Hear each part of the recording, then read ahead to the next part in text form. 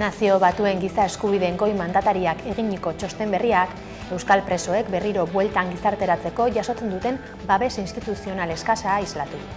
Halaxe jakinarazi dute gaurkoan Bilbon Giza Eskubideen behatokiak eta harrera elkarteak. Izan ere, behatokiak argitaraturiko lan hartu du iturri gisa Nazio Batuen erakundearen organoak eta lan horrek harrera elkarteak bilduriko datuak jasotzen ditu. Aldi berean, birgizarteratze politiketan konpromiso handiagoa eskatu die txostenak estatu. Euskal Hirigune Elkargoko lehendakari ordeen eta gaikako ordezkarien ardurak banatu dituzte gaurkoan. Alain Iriart Elkargoko lehendakariak ezagutarazi ditu hautetxien erantzukizun berriak 6 kategoriatan banatu dituztenak. Lurralde ekintzarako baliabideak, elkarrekin bizi, elkartasunak hazi, parte hartze eta kooperazioa, Euskal Herrian ikasi eta lan egitea eta ondasun amankomunak babestea. Erakundeko gobernantza eta parte hartzea hobetzearen bidean, ekainean bilduko direla ere jakinarazi du Iriart. Hautetxeak sustut gure proiektuaren erdian eta responsabilitatean izan behar dute. Orden horretarako delegazione berezi bat emana izan da. Gure lehenbiziko atonetan izanen da poloetat joetea eta hautetxekin mitzatzea ekainan. Orden Nikole Txamendirekin joanen iz eta beste hautetxeekin partikatuko dugu. Eta metodo bat xutik ezartzeko ondarrean prese izan nahin funtzionatzeko. Nada behar handi bat, hortan, lehenbiziko atuetanetan hori errandut eta hori xutik ezarri behar dugu. Akordioa lortu dute Geroa Baik eta PSNek lurraldeko ikasgelen inguruko auzian. Asteazken honetan plazaratutakoaren arabera, itunpeko zentroek kontzertuak iraun bitartean ikasgela kopurua moldatzeko aukera izango dute, baldin eta eskaera igoko bada. Hala ere, ez dute zehaztu oraingoz, zer gertatuko den Carlos Jimeno Hezkuntza Kontseilariak datorren ikasturtean itunpeko sarean itxiko dituela esandako 15 gelen inguruan. Horietako 6 ikastolei dagozkie. Gauzak horrela, Geroa Baik eta sozialistek ezezko bozka emango diote bihar Nafarroako Parlamentuan UPNek ikasgelen itxieraren aurka egingo duen proposamenari.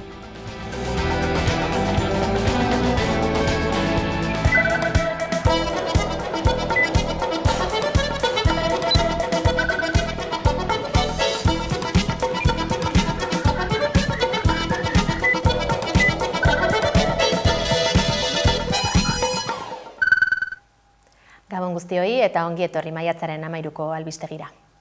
Nafarroako gobernuan ustelkeria kasurik ez dagoela adierazi du gaurkoan Maria Txibite presidenteak. Foru Parlamentuko ikerketa batzordean eman ditu adierazpenok, Zerbinabarren jarduna eta Belateko tunelarena bezalako lan publikoen esleipenak ikertzen dabilen komitean hain zuzen. Zarata politikoa zaratago, bera buru duen gobernuaren zintotasuna azpimarratu nahi izan du Txibitek.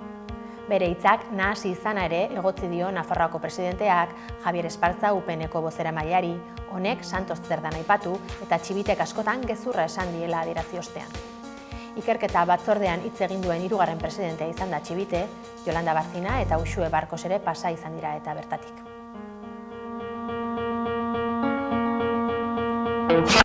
Eta Bilbon Euskaltzaindiaren egoitzan aurkeztu dute aurtengo ibilaldia, maiatzaren 31an izango da Txurdinagako Kirikino ikastolan, 3 gune atondo dituzte auzoan horretarako eta bertan hainbat ekitaldi, kontzertu eta bar izango dira publiko guztien gozamenerako eta Bizkaiko ikastolen alde egiteko.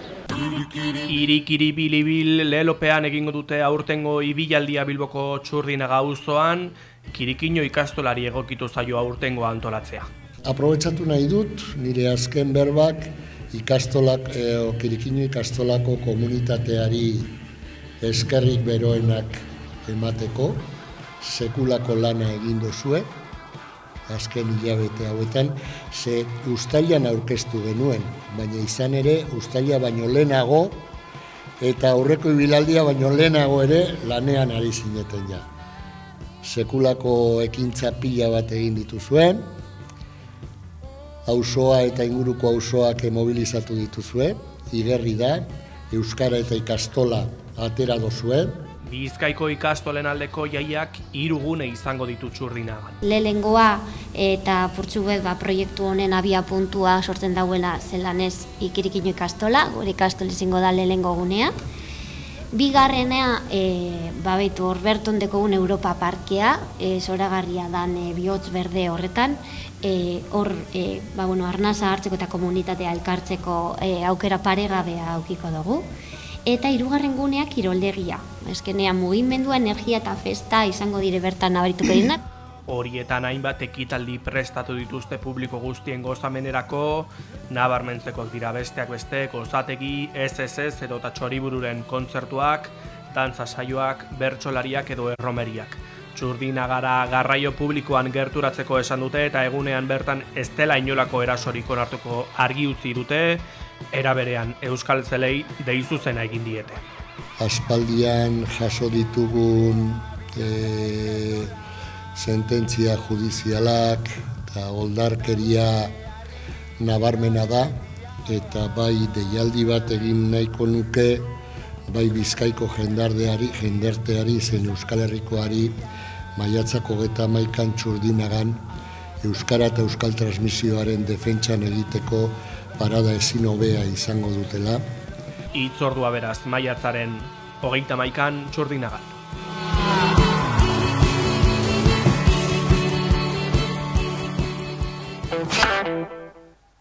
Ikusentzuneko sektoreko langile eta teknikariek greba egingo dute ostiral honetan maiatzaren 15ean. Teknikariok sindikatuak salatu dut sektorean prekarietatea handia dela, ez dute egutegi finkorik eta jardunaldi luzeak eta asteburuetako lana ohikoak direla diote. Ikuskizunetako langile eta teknikariek greba egingo dute ostiral honetan maiatzaren 15ean. Lanuztea egiteko arrazoiak asko direla adierazi dute, teknikariok sindikatuko kideek. Esaterako egutegi finkorik gabeko sektorea da eta hori dela eta enpresatatik beti exigitu izan diete malgutasuna edozein aldaketaren aurrean. Era berean adierazi dute ohikoa dela igandeetan lan egitea, 8 ordu baino gehiagoko jardunaldiak izatea eta horregatik lanbidearen erregularizazioa ezinbestekoa dela azaldu dute. Eskatzen dugu 5 egun baino gehiagoko aurre abisoa lanetarako eta enpresek ez ditugute hori eman nahi. Zu astelen baten ez dakizula asteburuan nola egingo duzun lan, ez? Eta hori guretzako ez jasangarria da, ez? Azkenean bizitza egiteko eta kontziliazioa aurrera emateko ez daude kondizioak, ez dira kondizioak imoten, ez? Sindikatuaren arabera honen guztiaren errua administrazioarena eta enpresena ere bada. Izan ere, euren hitzetan enpresak dira prekarizatzen gaituztenak. Hain zuzen, azaldu dute enpresek praktika txarrak aldatu behar dituztela, eta haien bezeroak ezi. Hildorretan gaineratu dute enpresa hauen bezeroa askotan administrazioa bera izaten dela. Hoiek horrela zenbait kontzentrazio egingo dituzte ostiral honetan. Bilbon Arriaga plazan, Donostian Victoria Eugenia antzokian, Leioan Umore azokan eta Gasteizen berriz, asteburu honetan egingo duten bat-batean jaialdian. Azken honetan egun osoko jarduna bertan bera uztea logistikoki ezinezkoa zaiela azaldu dute. Beraz, etenaldia egingo dute gaueko 9:00-etatik 10:00 arte. Sindikatuko kideek jendeak greba babestea espero dute. Izan ere momentu historikoa da sektorean. Lehen aldiz egingo baitute halako lan uztea. Era berean langile zein zalei erantzunkizunerako deia egin diete eta eskatu diete ez daitezela ikusle gisa joan eta eserlekuak utzi ikusten saia daitezela. Nacho Vegasek ere grebarekin bat egin du eta ostiralean kafe antzokian eskaini behar zuen kontzertua bertan bera utzi du. Nafarroako hezkuntza komunitateak urtebete inguru darama bizi duten egoera sostenga ezina salatzen. Horregatik, maiatzaren 16ean Jimeno kanpora lelopean Iruñeko kaleak hartuko dituzte Carlos Jimeno kontseilariaren dimisioa eskatzeko. Honen inguruan hitz egiteko Odei Tapia Labeko kidearekin hitzartu gara.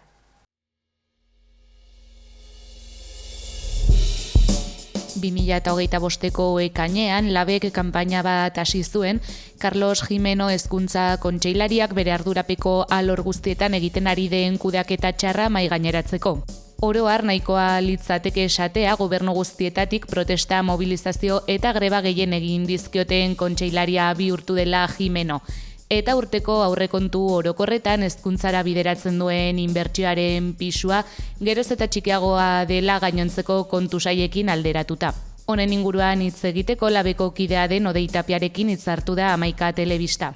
Pasaden ekainean Jimeno kanpora kanpaina abiatu genuen eta asmoa edo helburua da kontseilariaren kudeaketa negargarri hau eta azaleratzea eta salatzea. Orokorrean irakaskuntzan lan egiten dugun profesionalok oso nekatuak sentitzen gara eta ez dugu inolako babesik sentitzen hezkuntza departamentuaren dauden kargu horien partetik. Sufritzen dugun lan karga oso handia da, eskakizunak gero eta handiagoak dira eta horiei aurre egiteko baliabiderik ez daude. Adibide bezala, hezkuntzan inbertitzen den dirua, urteko aurrekontuetan, pisua ehunekoetan galtzen dijoa urtetik urtera. Beraz, eta horretaz aparte, Jimeno kontseilariak berak erakusten duen jarrera, gardentasun ezatik lan egiten du, sindikatuekin eta hezkuntza komunitatea entzun gabe, eta horren 11 adibide izan ditugu legegintzaldi honetan zehar, eta uste dugu nahikoa dela, aski da, esateko momentua da, eta uste dugu benetan Nafarroako gizarteak behar duela kontseilari bat benetan hezkuntza komunitatea eta bere beharrak entzungo eta asetuko dituena. Guztia usalatzeko maiatzaren 28an hainbat orduetako greba eguna izango dutela azaldu digu Odei Tapiak. Hurrengo larunbatean goizeko 12an Iruñako basotxotik manifestazioa deitu dugu eta gure asmoa eta helburua da Nafar jendarteak nahieran dabilen kontseilari honekin haserrea adierazteko bozgorailu izatea. Eta horretarako bai hezkuntza komunitateari baita langile guztiei dei egiten diegu haserre hori adierazteko gurekin batera, labekin batera.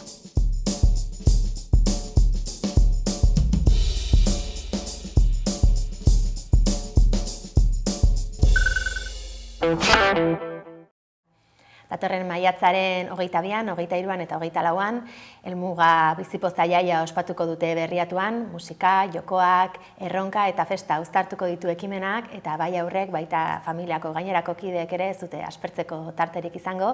Hau izpide izanik, gonbita luzatu diogu gaurkoan gurera etortzeko Garazi Oregi bizipoza elkarteko kideari. Eguerdion. Eguerdion. Mila esker, gonbidapena onartzeagatik. Zuei.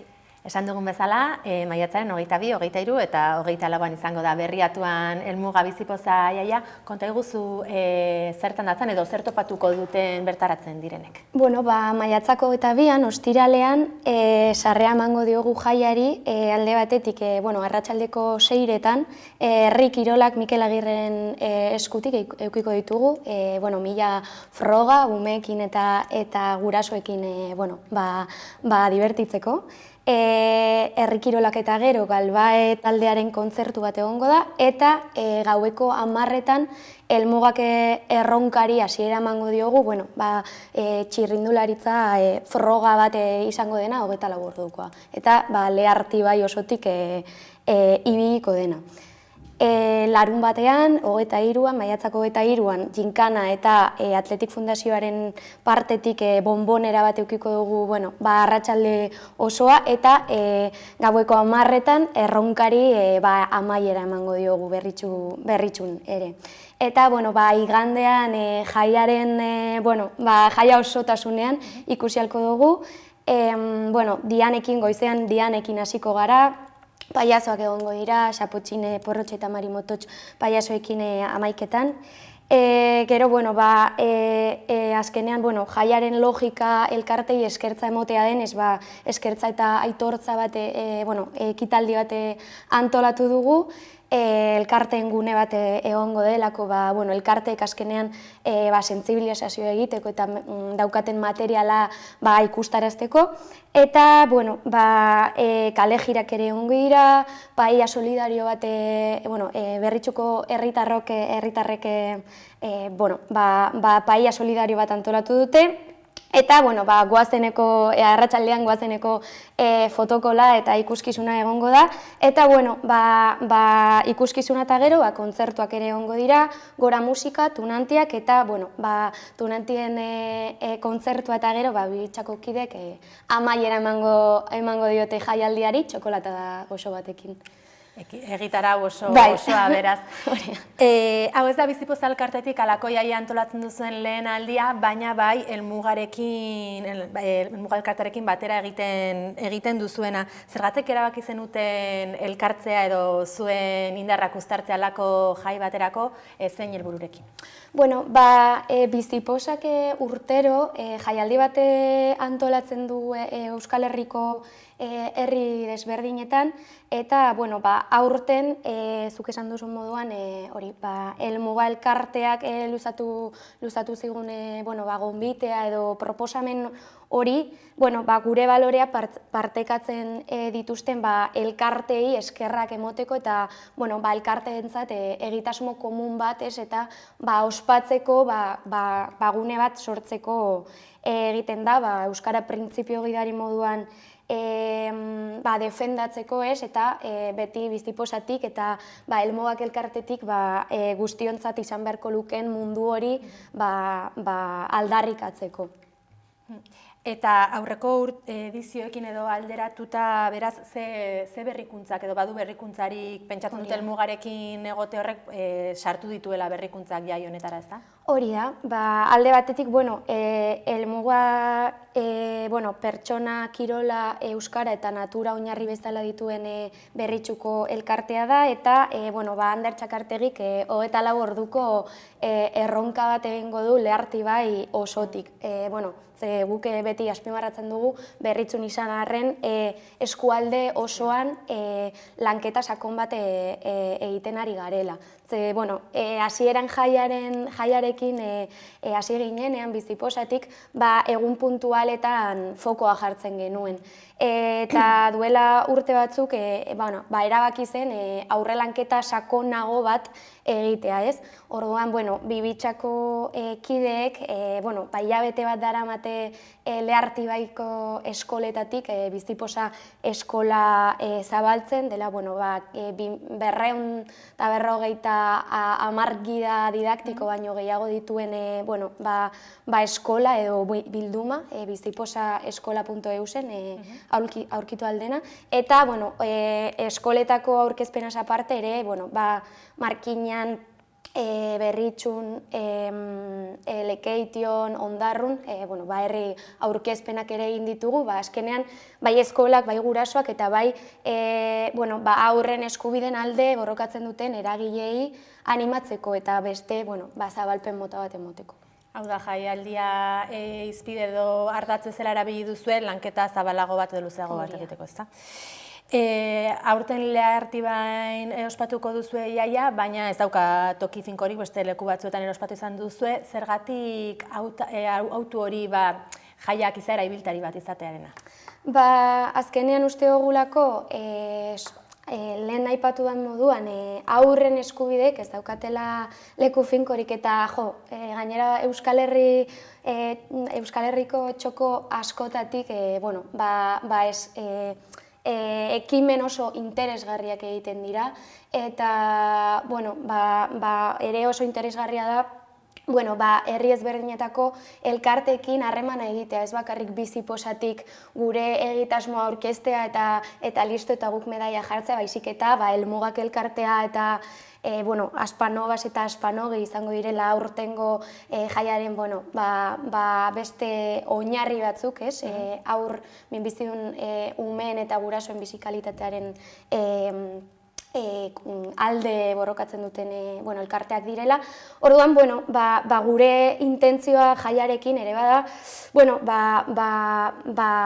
txoko ezberdinetan egiten diren ekimenei eskerrak emotea, ez? Eta guk defendatzen dugun dibertsitate hori ere erdigunera ekartzea. Musika beti izan da zuen jaietako ardatzetako bat, izenean daramazuen Bizipoz hori egikaritzeko agian ezinbesteko elementua dena, ezta? Bai, beti pailazoak eta aurten ere goazeneko lagunak etorriko dira, baina azkenean urteak daramatzagu ekimenak egiten eta ikusten dugu Bizipozatik alaitasun hori eta ez, eskubideen alde borroka edo estrategia horiek musikatik hartzen ditugula, eta musikak asko oso ondo funtzionatzen duela, bai nagusiekin, bai umeekin, eta aniztasuna eta inklusioa defendatzeko erreminta oso funtzionalak dira. Musika ezinbestekoa, pailazoak ere aipatu dituzu, haurrak irrikitan egongo dira egun horretan pailazoak ikusteko, ezta? Bai, hori da, montatzen eta antolatzen ari gara fotokolak, gainera, azkenean pailazoek badute, bai umeak, bai nagusiagoak direnak interpelatzeko gaitasun hori, baina bai umeak zoratzen dira, eta horrek beste interes bat dakar, eta oso giro polita sortzen da, azkenean musika, artea eta kultura erdigunean jartzen duzunean, azkenean. Zuen elkarteari buruz ere, jaiaz aparte galdetu nahi nizuke, noizti dago martxan Bizipoza elkartea eta nola sortu zen zen testu ingurutan? Bizipoza irrien lagunetik dator, baina 10 urte baino gehiago darama martxan, eta azkenean sortu zen, ikusten genituen izaera bereziko gai hoien lan egiten duten elkarteentzat sare bat izateko, ez? Osea, Bizipozak azkenean dauka Bizipozaren helburu nagusiak sentsibilizazioa, elkartei laguntza funtzional hori ematea eta egitasmo bateratu bat sortzea da. Orduan, hasieratik ikusi zen, batez ere hezkuntzan, baina arlo guztietan izaera bereziko gai horiek lantzeko beharra zegoela, ez? Guk beti 5-6 taldetan sailkatzen dugu, lehenengoa da aniztasun funtzionala, gaixotasunak, kulturartekotasuna, heriotzaren pedagogia, sexu genero aniztasuna eta familia ereduen sailkapen hori egiten dugu. Eta ikusten zelako, gai horiek beti gelditzen zirela mugetan edo bigarren plano batean, eta gure intentzioa da gai horiek era transbertsalean sartzea, ez gehigarri bat bezala, baizik eta egunerokotasunean landu ditzazkegun gaietan horiek murgiltzea, ez izatea gai aparte bat bezala edo. Osea, horiek ere kontutan hartzea. Eta aipatu dituzun 5-6 ardatz horiek ze ekintza edo baliabide motaren bitartez lantzen dituzue edo gizarteratu edo sentsibilizatu nahi duzu horien inguruan? Denetarik ekimen asko errepikatzen dira, urtero errepikatzen dira, eta beste batzuk berriak dira edo urteko kontuak izaten dira. Baina, batez ere, jaia daukagu, azkenean dela, ekimen oso itxurosoa eta sentsibilizatzeko eta lanketa egiteko, txoko desberdinetan egiteko baliagarria den erraminta, baina ere, doku web bat daukagu, bizipoza.eu zen elkarte guztien, bai bideoklipak, bai puinak, bai kantak, Euskal Herriko artistekin, bertsolariekin eta idazleekin egindako kantak azkenean beti azpimarratzen dut, baina Bizipozak beti jartzen ditu erdigunean elkarteak eta elkarteentzat egitasmo eta sentsibilizazio hori emotea da. Jardunaldiak egiten dira, aurten, aurreko urtean heriotzaren pedagogiaren inguruan egin ziren, azkenean ikusten dugulako bai gizartean, bai eskoletan eta klasean gai hori ez dela behar den moduan lantzen, edo tabua izaten jarraitzen duela, orduan jardunaldi batzuk antolatzen ditugu urtero. Eta, hortaz aparte, elkartek ere beste era batean antolatzen dituzten ariketa eta ekimenei ere bosgoragailua bezala lan egiten dugu. Aipatu dituzun jardunaldiak eta antzerako ekimenak badira helduei zuzendutakoak. Zer nolakoa da heldu horien jarrera parte hartzen dute, nolakoa da hartu eman hori? Egia esan, prestutasun handia ikusten ari gara, eta urteekin ez dakigu, askotan esaten da ez, garai gatzetan gabizela, baina, hurbiltzen diren guraso profila prestutasun handia erakusten dau, eta egia da beti ikusten dugula laguntzeko nahia eta azkenean umei beste perspektiba eta beste jarrera bat erakusteko gogoa daukatela. Eta helduentzako ekimen horiez gain, esan duzun bezala, badaude sentsibilizazio kanpainak edo lanketak aurrekin, aipatu dituzunen hau adibidez, unitate didaktikoak eta eskoletako lan hori. Zenbaterainoko garrantzia dauka sentsibilizazio hori lehen etapa horietan hastea, aurrak direnetik hastea?